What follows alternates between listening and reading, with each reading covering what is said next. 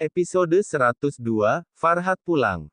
Malam itu Vino dan Nurul pun berjalan-jalan santai mengelilingi koridor rumah sakit.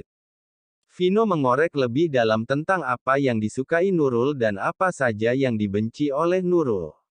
Tipe idaman lelaki kamu kayak apa sih Ran? Tanya Vino pada Nurul. Nurul menatap sedikit kesal kepada Vino karena dari tadi pembicaraan Vino berputar di situ saja tentang pacaran. Bapak kenapa sih nanyanya itu mulu? Udah berapa kali Nur bilang Nur ini masih kecil belum mau pacaran pak? Ya kan saya tanya aja saya nggak nyuruh kamu pacaran kok, jawab Vino tersenyum kecut.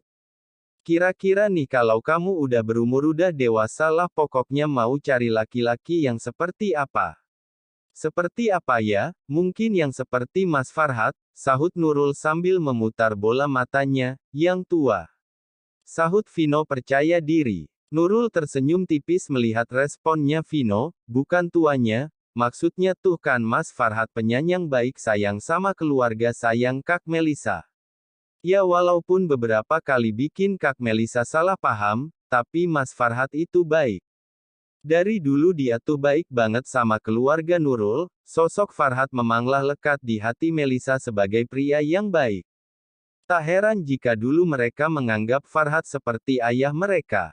Jadi tipe idealnya yang seperti Farhat kalau dari gen sih seharusnya aku dan Farhat nggak beda jauh lah.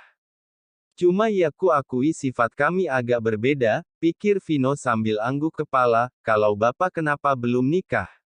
Pasti tipe cewek idealnya yang aneh-aneh kan? Yang cantik, yang seksi, yang putih, yang baik ya kan? Ternyata selama ini Nurul memperhatikan gelagat Vino. Ya wajar dong, kalau saya mau wanita yang baik untuk dijadikan pendamping hidup saya.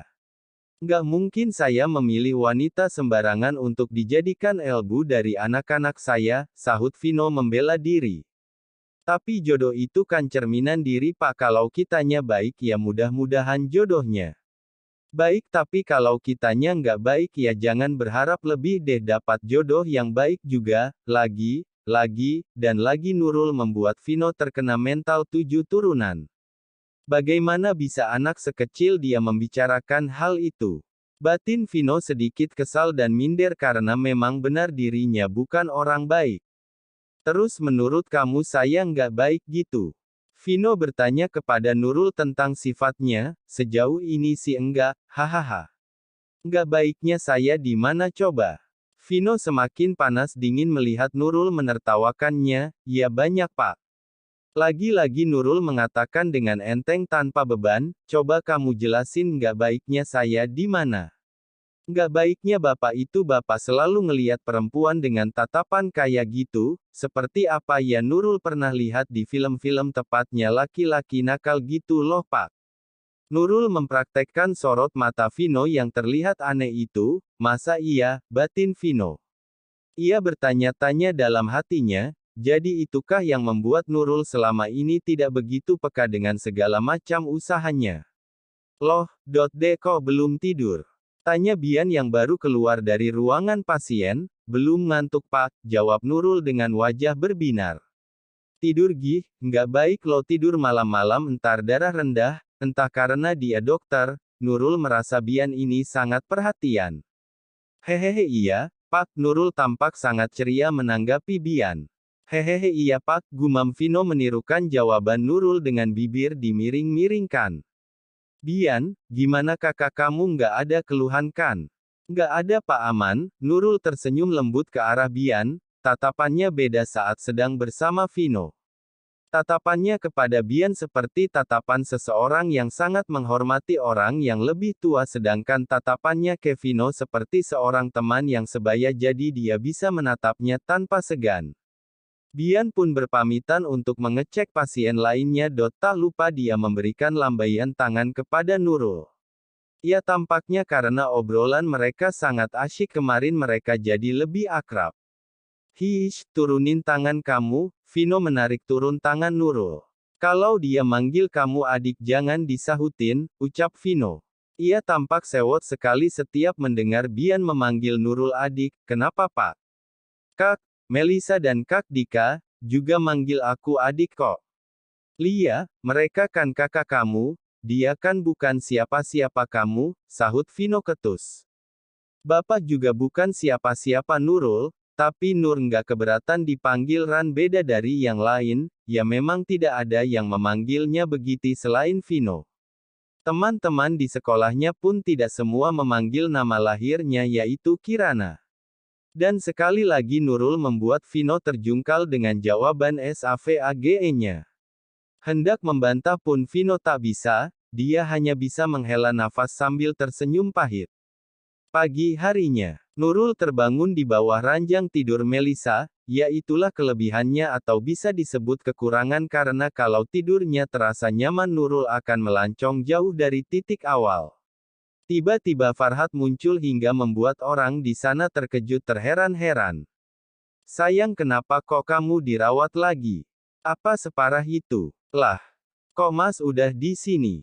Melisa tak percaya dengan kehadiran Farhat. Mas nggak bisa tenang dengar kabar kamu dirawat sayang. Farhat terus saja mengelus lembut kening Melisa. Terus yang urus kerjaan Mas di sana siapa? Tanya Melisa. Papa yang mengurus, dia juga yang menyuruh Mas cepetan pulang karena dia khawatir sama kamu dan cucunya. Ya ampun, kasihan dong papa ngurus sendiri padahal Melisa nggak apa-apa loh. Selamat pagi Bu Melisa, saya periksa dulu perkembangannya ya, ujar Bian. Suster mengganti infusnya dan Bian memeriksa kondisi rahim Melisa. Kok dokternya ganti? Bukannya dokter Okta? Farhat bingung karena dokter yang menangani Melisa berbeda. Karena kemarin dokter Okta ada pasien saya. Bapak suaminya Ibu Melisa ya? Ujar darurat. Jadi Ibu Melisa dipercayakan dengan Bian dengan sangat ramah. Kenapa malah tambah bening dokternya? Sumpah nggak rela aku istriku dipegang-pegang sama laki-laki bening begini. Kenapa sih dokter S.Pok di kota ini laki-laki semua? Batin Farhat menangis melihat dokter yang sangat tampan rupawan itu. Nggak bisa dipindahin ke dokter Okta lagi. Farhat menawar agar Melisa dipindahkan lagi. Saya sudah membicarakan ini kemarin bersama dokter Okta. Dan dia mempercayakan Bu Melisa kepada saya. Karena dia juga akan repot hari ini dengan jadwal operasinya Pak, terang Bian panjang lebar. Nggak apa-apa lah Mas, lagian dokter Bian juga bagus kok, dia juga teliti banget meriksa Melisa. Dalam hati Farhat, teliti sih teliti, tapi bening banget gini entar yang ada kamu malah kecantol lagi. Suster tolong periksa lebih detailnya ya. Dan Bapak Farhat bisa ikut saya sebentar, ada yang ingin saya sampaikan. Bian menuntun Farhat ke ruangannya untuk menjelaskan kondisi Melisa lebih detail. Jadi begini Pak Farhat, bahaya air ketuban keruh bagi janin yang tercampur dengan mekonium adalah sindrom aspirasi mekonium. Pada kondisi tersebut, mekonium bisa saja tertelan oleh janin dan dapat menyebabkan aspirasi atau tersedak. Mekonium yang masuk ke saluran pernapasan bisa menyebabkan sumbatan sehingga terjadi masalah pernapasan, infeksi, hingga kematian pada bayi. Saya memang akan berusaha untuk memberikan yang terbaik untuk pasien saya. Tapi saya juga tidak bisa berjanji sebab kondisi ini sangat berbahaya.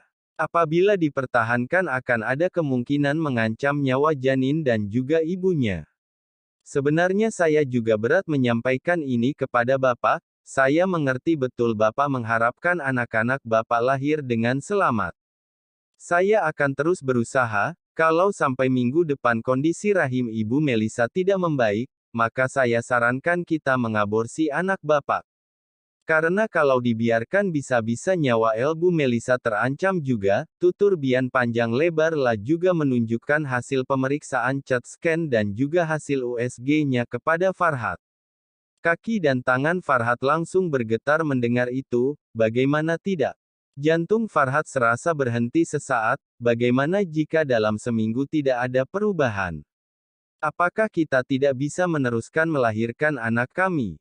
Bisa saja Pak. Tapi karena kondisi ini, saat persalinan nanti si Bu bisa terancam, kita juga tidak bisa memastikan anak Bapak lahir dengan selamat. Jadi untuk mengantisipasi itu saya memberitahukan seumpama nanti dalam seminggu tidak ada perubahan, saya sarankan kita mengaborsi janin anak Bapak. Itulah jalan terbaik agar Melissa tidak dalam bahaya, kalau mempertahankan rahimnya belum tentu kedua janin yang sedang dikandung Melissa bisa selamat. Jika sampai minggu depan kondisi Melissa membaik, dan janin tidak terinfeksi maka bisa melanjutkan kehamilannya. Tapi jika janinnya terinfeksi maka kecil kemungkinan untuk mempertahankannya. Farhat benar-benar seperti kehilangan nyawanya saat mendengar kabar buruk itu. Walaupun Bian mengatakan masih ada harapan, tapi tetap lebih besar kemungkinan buruknya.